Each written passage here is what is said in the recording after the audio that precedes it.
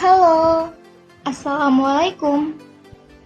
Kami dari kelompok 8.2 kelas Gizi 5A yang beranggotakan Erika Noviani, Nurhima Zuraida, dan Rizka Melinia. Pada kesempatan kali ini kami akan menjelaskan tentang metode pendidikan dan penyuluhan gizi. Kami akan melanjutkan pembahasan yang telah dijelaskan oleh kelompok sebelumnya, yaitu yang pertama, bermain peran. Dalam bermain peran, peserta memerankan seperti dalam kenyataan. Mereka berbuat sesuai dengan pendapatnya. Berikut merupakan tujuan metode bermain peran, mengunggah suatu persoalan yang menyangkut hubungan manusia, mendapatkan alternatif lain dalam pemecahan masalah, melibatkan segi-segi sikap dan perasaan secara tajam dari para peserta. Penggunaan bermain peran digunakan untuk memaknai suatu kehidupan yang berhubungan dengan interaksi antar manusia. Keunggulan metode bermain peran yaitu memberikan kesan yang mendalam, mendorong peserta untuk berpikir dan merenung lebih jauh, memberi kesempatan kepada peserta untuk berperan sebagai tokoh. Kekurangan metode bermain peran yaitu sukar mencari orang yang dapat berperan secara meyakinkan, peserta dalam jumlah besar dapat memengaruhi sikap-sikap pemain. Saran penyelenggaraan metode bermain peran, yang pertama, panggung atau tempat diatur, yang kedua, permasalahan yang akan dimainkan ditentukan, yang ketiga, pilih pemain, yang keempat, biarkan metode ini berjalan, yang kelima, setelah selesai dilakukan dengan diskusi, dan yang terakhir, dapat diulang apabila diperlukan. Berikut merupakan contoh bermain peran. Selanjutnya yaitu simulasi permainan. Metode simulasi adalah permainan yang direncanakan yang maknanya dapat diambil untuk kepentingan sehari-hari. Metode simulasi dapat dilaksanakan untuk memaknai masalah hubungan antar manusia. Tujuan metode simulasi yaitu peserta menjadi lebih sadar akan kebiasaan yang kurang baik, peserta didik menjadi lebih peka, dapat mengembangkan diri peserta sesuai dengan potensi yang dimilikinya. Penggunaan metode simulasi digunakan untuk memaknai hubungan antar manusia dengan berbagai macam permainan, sehingga para peserta dapat memahami kelemahan dan kelebihan yang mereka miliki.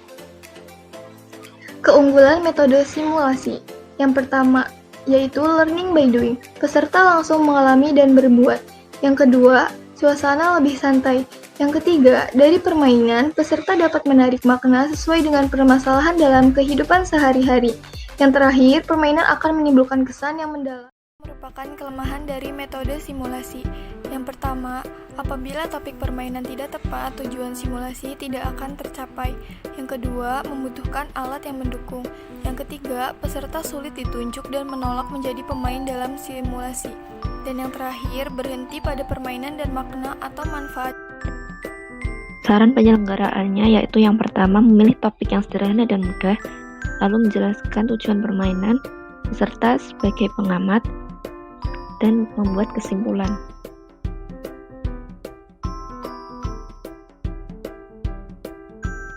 Kurang lebih contoh dari simulasi adalah sebagai berikut.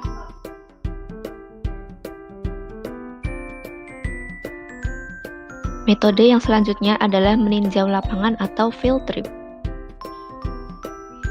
Field trip yaitu pergi ke tempat-tempat atau tatanan untuk memantapkan hasil belajar. Biasanya dilakukan setelah mendapat teori di kelas. Tujuan dari field trip adalah agar peserta mendapatkan gambaran langsung dari kenyataan yang ada di masyarakat. Contohnya yaitu kunjungan ke Posyandu untuk melihat pelaksanaan 9 langkah penimbangan oleh kader. Metode field trip digunakan apabila 1. Peserta perlu memahami dan menghayati permasalahan secara nyata. Yang kedua, peserta mengalami kegiatan nyata yang ada di masyarakat.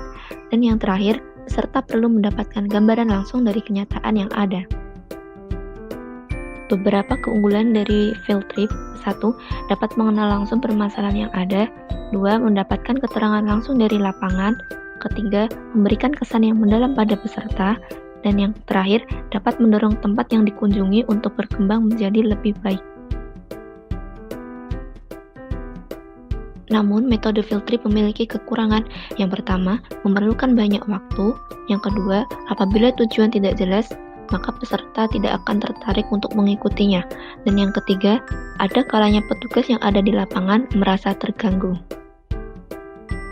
Saran yang dapat dilakukan, yang pertama, merencanakan kunjungan di bawah arahan fasilitator. Yang kedua, daerah yang akan dikunjungi perlu dipersiapkan terlebih dahulu. Yang ketiga, persiapan cendera mata. Dan yang terakhir, membuat rancangan laporan hasil kunjungan tersebut.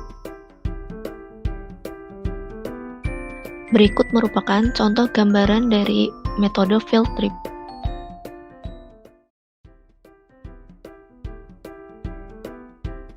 Studi kasus adalah sekumpulan situasi masalah yang dianalisis secara mendalam atau mendetail.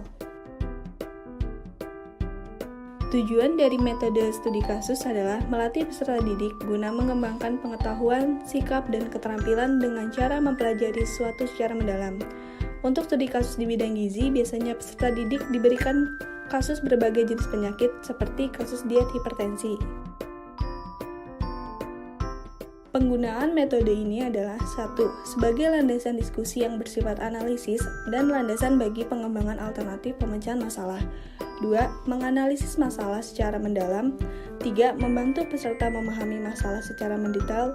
4. Pemilihan kasus yang baik dapat memberikan wawasan yang luas mengenai. Keunggulan dari metode ini adalah 1. Dapat dilaksanakan sebelum diskusi. Hasil studi kasus dapat dijadikan acuan untuk diskusi sehingga diskusi menjadi lebih hidup dan penuh makna. 2. Anggota kelompok mempunyai kesempatan yang sama untuk mempelajari sesuatu.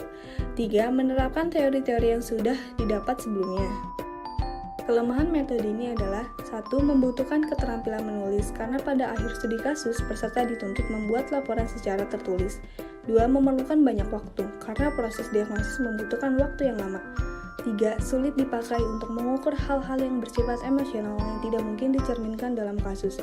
Dalam melaksanakan studi kasus, ada beberapa kiat yang perlu diperhatikan, yaitu 1. Materi yang akan dibahas dalam studi kasus harus dipersiapkan secara matang. 2. Pilih kasus yang rasional dan praktis serta tidak ekstrim. 3. Akan lebih baik mengambil materi yang berhubungan dengan tugas sehari-hari. Berikut merupakan contoh gambaran dari metode studi kasus.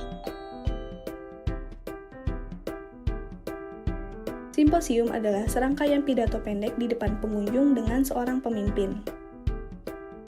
Tujuan metode simposium adalah mendapatkan gambaran suatu masalah yang ditinjau dari berbagai aspek masalah yang dihadapi. Contohnya, masalah gizi di Indonesia ditinjau dari aspek ekonomi, produktivitas, kecerdasan, pembangunan, dan sosial budaya.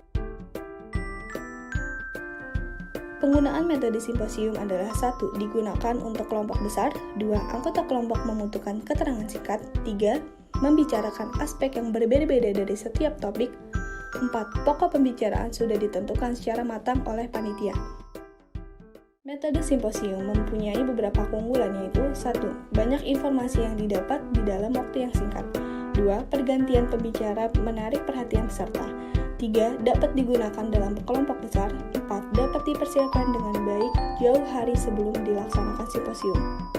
Kekurangan metode ini adalah 1. Kurang interaksi antar peserta simposium. 2. Suasana terasa formal. 3. Membutuhkan perencanaan yang matang. 4. Membatasi pendapat pembicara karena waktu yang diberikan relatif singkat. 5. Kurang spontanitas dan kreativitas dari pembicara karena hambatan waktu. Saran penyelenggara. Metode simposium mempunyai banyak hambatan sehingga ada beberapa saran penyelenggaraan. 1. Panitia harus bekerja serius dan harus selalu berkoordinasi setiap saat. 2. Mengingat pembicara adalah para pakar dan umumnya menjabat, kadang para pakar sulit mengatur waktu. 3.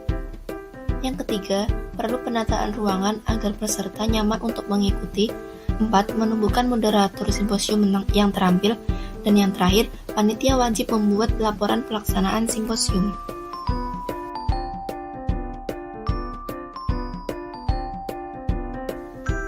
Berikut merupakan contoh gambaran dari metode simposium. Sekian dari kami, kurang dan lebihnya mohon maaf. Terima kasih atas perhatiannya, semoga bermanfaat. Wassalamualaikum warahmatullahi wabarakatuh.